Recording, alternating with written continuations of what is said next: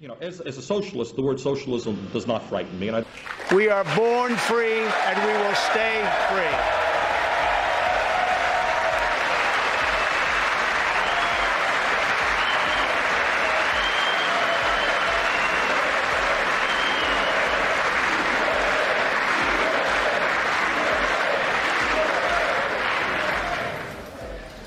Tonight, we renew our resolve that America will never be a socialist country.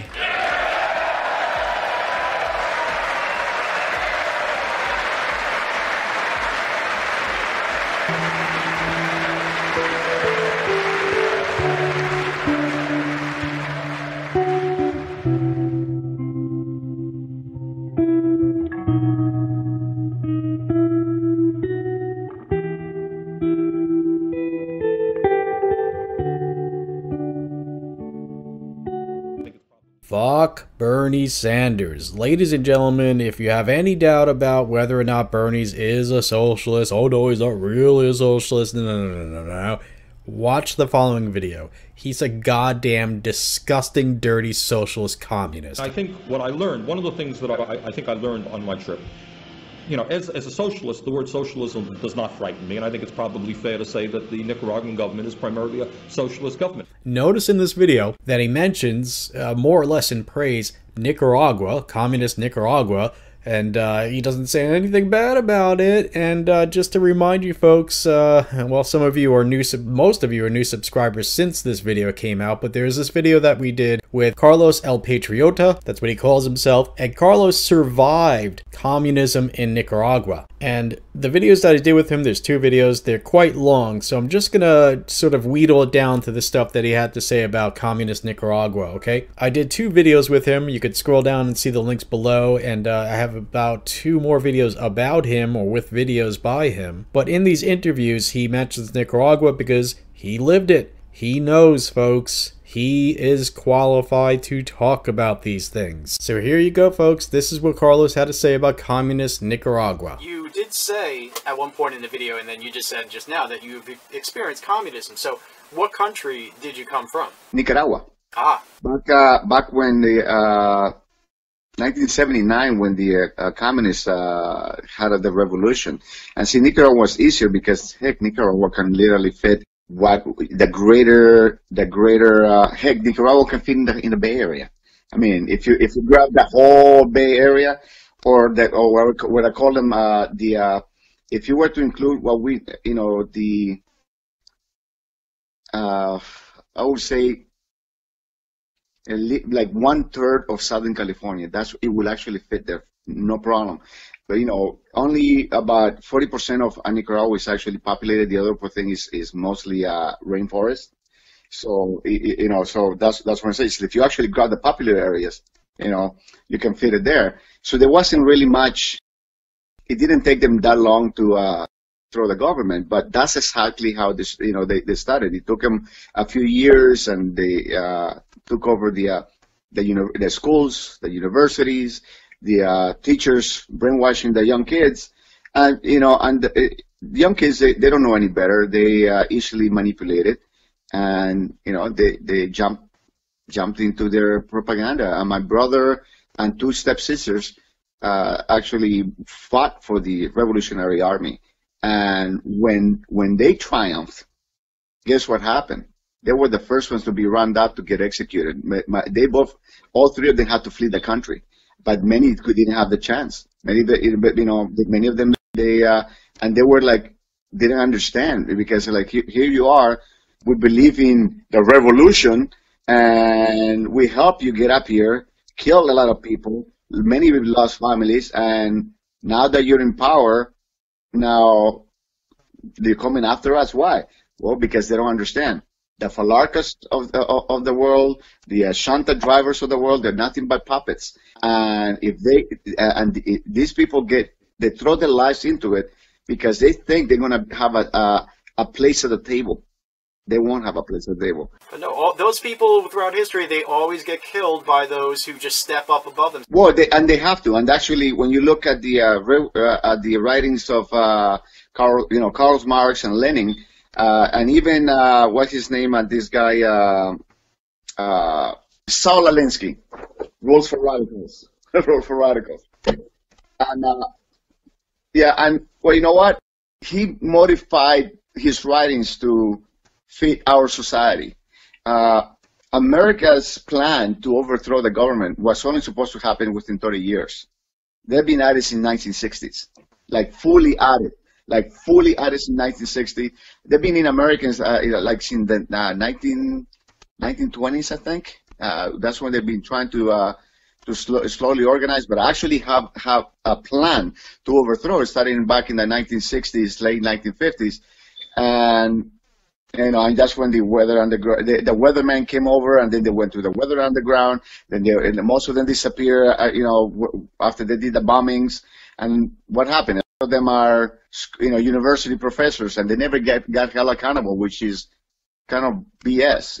These people need to pay for what they've done, and that's what it is. If you read their writings, that's one of the things I have to do. They are useful idiots, but because they are so radicalized, they have to be gotten rid. It's kind of okay, thank you, we used you, but now you got to go, because the moment when they realize they no longer have a say or any power or a place at the table. Well, these guys were the ones that organized the revolution, and in order to keep, the next revolution to happen to overthrow them, well, they have to get rid of them, because they now are the biggest threat. So they have to get rid of them. Take away all the weapons, build a very strong military, and basically a militarized police force, police state, and what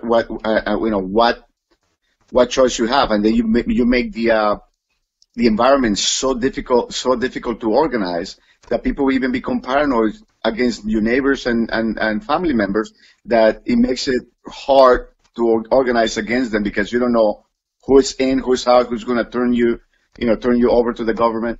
And I saw that in Nicaragua. Oh my God. And the thing is, like I was saying, I saw this happen, how they infiltrated the schools, how they went after the kids, I was mentioning not too long ago, the only reason, I know, it seems like in America there is an attack on whites.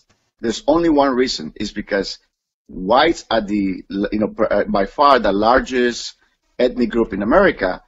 And, so they see them, okay, in order to split those conservative voices and those who would not, they have to go against them, to fragment them, to divide them and bring them down. They don't care about whether they're white or not. They really don't. But that is part of the plan. Part of the training, once it took over, literally, which will bring me to another point, is you hear the propaganda day in, day out, in the schools. As a matter of fact, they came out with the new national anthem, and you had to sing the communist anthem before the country's anthem. They have their own, anthem, and it talks about the proletarian and the evil imperialists and all these things. So it's like the radio stations, it was the same thing. Yeah, they played some music here and there, but mostly was revolutionary music. They shut down all the channels, and there were only 2 channels, and one would start broadcasting at 3 o'clock, the other one at 5, but both of them will go off the air by 9:30. And it will be nothing but, man, you'll sit there, and at any given point, it will be one of the commanders, or like Ortega or Fidel Castro. They love Fidel Castro, and they'll sit there, and Fidel Castro can literally sit there and give a 3-4 hour speech, 5 hour speech, just ranting. And they'll put it, and there wasn't really much to hear. And even a lot of the movies there were a lot of revolutionary movies, a lot of Russian movies with translations, and you couldn't get away from it. And the way they organize the communities is basically they divide the communities. They say the capital city, they'll divide it into zones. The zones will go into sub-zones, then into neighborhoods, then the neighborhoods will divide into streets, and in each neighborhood there will be what they call a communal house, and each neighborhood will have what they call the person in charge of that neighborhood. So he will keep a roster of every member in that neighborhood, and once a week, whenever they had their meetings, each household had to send one representative, and they would keep a roster. And if you didn't show up, guess what? Because they were rationing the food, and every month you will get your rationing card. And guess what? If you didn't show up, your card will mysteriously be misplaced. So people had to go and show up. And that's how you'll see, like in Venezuela, Cuba, Nicaragua, like all these places, they have all these big demonstrations, pro-government demonstration, and you see these hundreds of thousands of people out in the street, supporting the government. And people say, look, and, the communists here said, look, the people love them.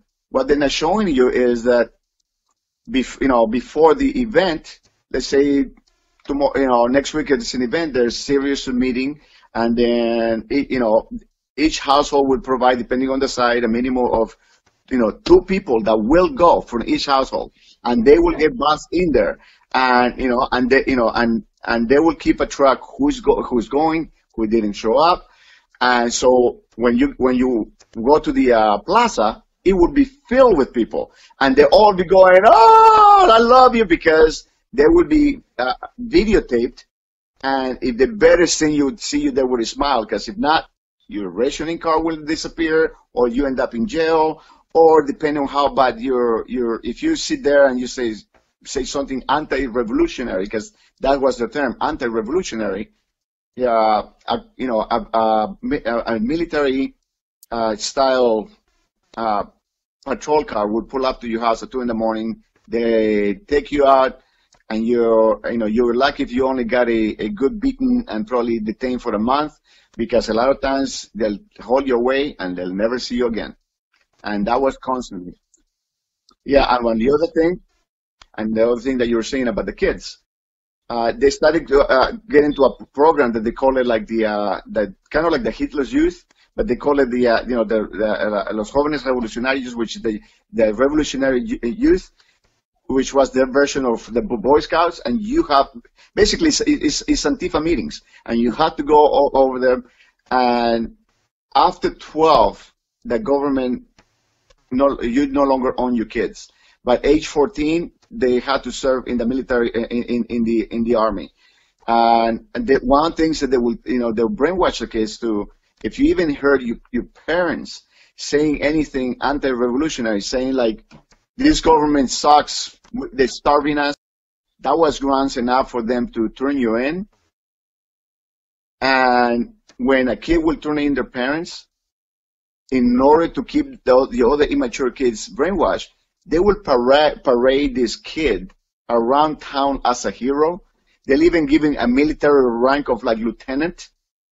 And he'll be taken onto like all these, interviews and all things. So in the mind of a kid, now they become national heroes for turning in their parents for complaining that they're starving or that there's something wrong with the government. They didn't even have to plan anything. That's just all you had to do is complain, and there were grounds to turn you in. So, and that's the way we're heading. If we do not stand up and stamp this out, which these guys have had for a long time. They've been at it for a long time. We're actually behind the Powerball on this one. And it's going to take a lot, but we need to be proactive. We need to take this seriously because they do, and they will not stop. And if we even get comfortable, we're done. Like I tell people, where would you go? Because, I mean, unless you're going to go find like one of the small islands of the Pacific and go hide yourself. What are you gonna do? So you, by the way, you said you immigrated when you were about 14 to the U.S. At 1985. Did you say? 1985. Yes. It'd be funny if it was 1984 because that would be kind of funny because of the book. Yeah, really, that would be hilarious. But you came, if you don't mind me asking, you came legally?